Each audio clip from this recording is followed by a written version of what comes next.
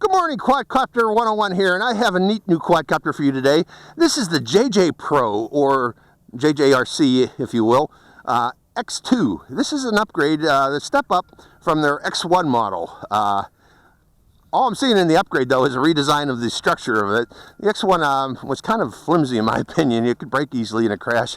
This one seems to have added a lot more plastic to it, hopefully to make it more able to withstand hard crashes. It also has a bright LED on the front of it too to help you in orientation.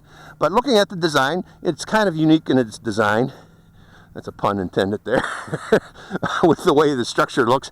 But again, this is a new brushless quadcopter. It's a low-cost brushless quadcopter. There are other brushless quadcopters coming out in the low-cost range, in the under $100 range. This one is to compete with it. It's another alternative to the JJRC or JJRC X1. And along with the Bugs 3 that's out there right now, and the SEMA or the Buying Toys X16, there are others in that low cost range, but this is another competitor to consider. This one here, the one I got, the model I got is the base model. There are plans for an upgraded model that's going to include FPV camera. I don't have that version yet. I don't have a camera version for this, but that doesn't stop me from putting a piece of Velcro on top and slapping on an 808 keychain camera. So we are going to get aerial video of this today. But again, this has brushless motors on each of its arms, of course. One thing that I recommend doing, folks, as per my X1 and also with this one here, going in there with these, use little Phillips head screwdrivers to mount the motors. Go ahead and tighten up each one of those. Make sure each one is tightened, because some of them were loose. And additionally, check your prop hubs, these prop nuts on top of each propeller. One of mine was very loose, and if I would have flown it the way it came out of the box, this comes assembled, by the way, out of the box with the props on there already, but if I would have tried to flown it with that prop loose like that, there is a good likelihood that that prop would have came off, so make sure you tighten those. The battery in this is the 1200 milliampere hour JJRC battery, JJPRO battery. 7.4 volt 20C, similar to their other batteries, if not the same. And that's about it for the design. It's just a different shape for the X1. Very similar, but different shape. Let's go over the transmitter, though. There are things that you need to know about this transmitter. It's, again, similar to other JJRC transmitters, with the black and blue trim on it. But one thing is, the way to arm this is very different than the X1. The X1 had a screwy way to arm it. I think you had to go up and down and then wiggle the throttle stick to get it to arm. This one also has a screwy way to arm it. First off, the way that you calibrate the gyros on this is you put the quadcopter on a flat level surface. You turn on the transmitter after turning on the quadcopter first. And then you bind it to the transmitter, and then you can calibrate the gyros by bringing in the sticks down and to the right. Now, the directions for this, as usual, are very poor. In the directions, it says to arm and disarm the motor, you press this button here. That's kind of right, but there's an important first step that they forget to tell you.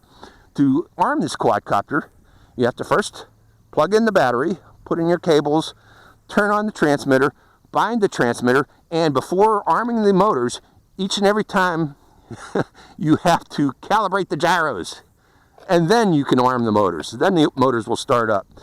This took me a week to figure out, folks. Last week I would have had this review for you, but I couldn't figure out how to start the motors. But again, to start the motors on this quadcopter, plug in the battery, turn on the transmitter, bind the quadcopter, calibrate the gyros, and then you can arm the motors, and they will start up and idle. It also has emergency stop. You hold this button down for 2 seconds, and that will quickly shut down those motors. And finally, if you want to switch from beginner to expert rate, you press this button here.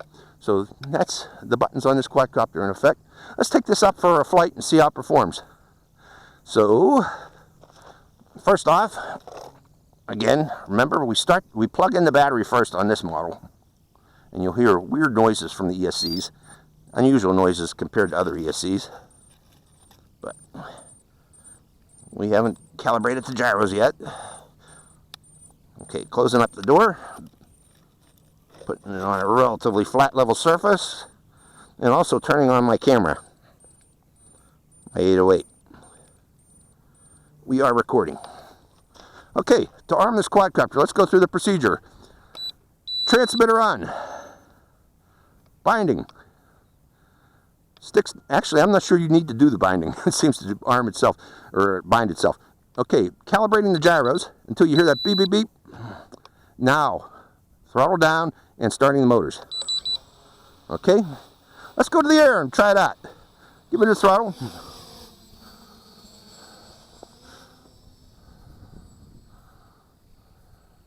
Well, boy, that light on the front is bright. Let's bring it down and show us what it looks like up close.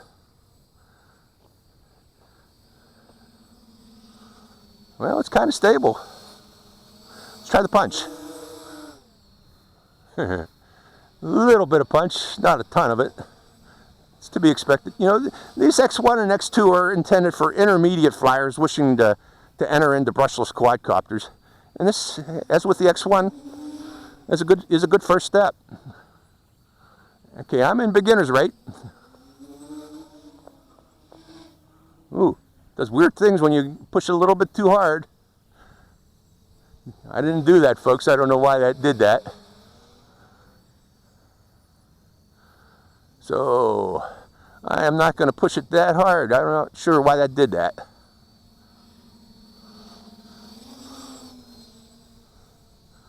Okay, we'll try it again.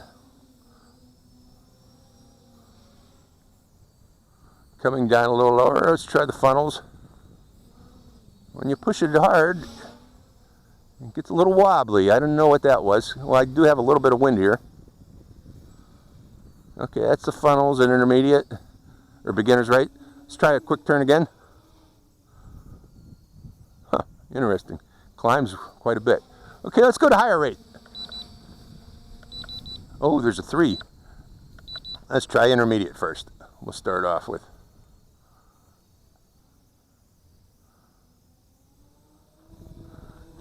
It moves. And it climbs in a turn.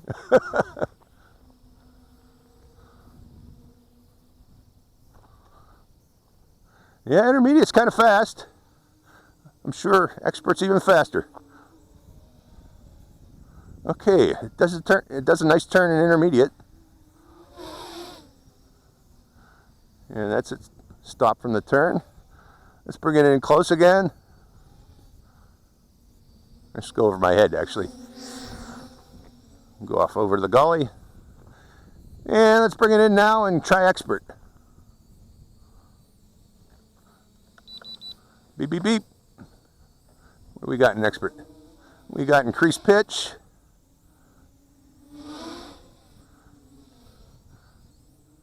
Increased turn rate.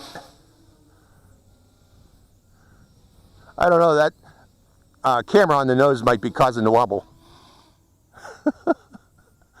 That camera on the nose probably is not a good idea.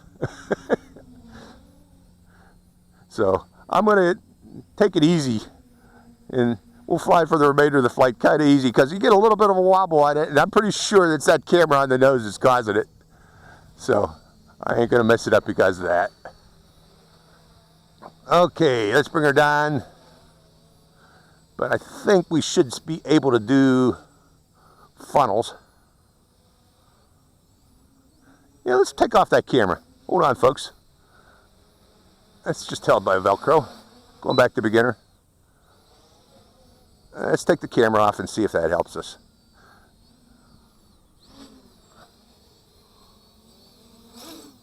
Let me put it to my back.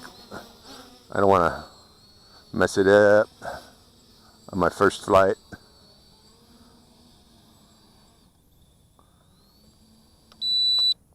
Okay, we'll take the 808 off, and for the remainder of the flight, we'll fly it close in without the weight of the camera on the nose. I'm pretty sure that's what the problem is. Let me turn my 808 off.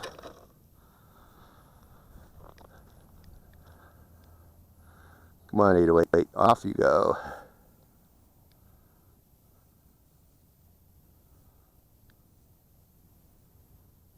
Okay, 808 is off.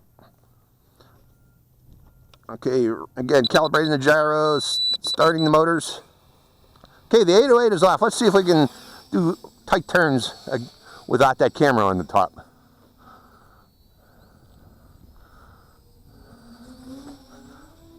No, it's still doing it. Still gets wobbly in a tight turn. I don't know what that is. In a sharp turn. Let's try that and show you. I didn't do it there. Maybe there's a wind coming from my back right now. That might have had something to do with it. But let's bring her down low.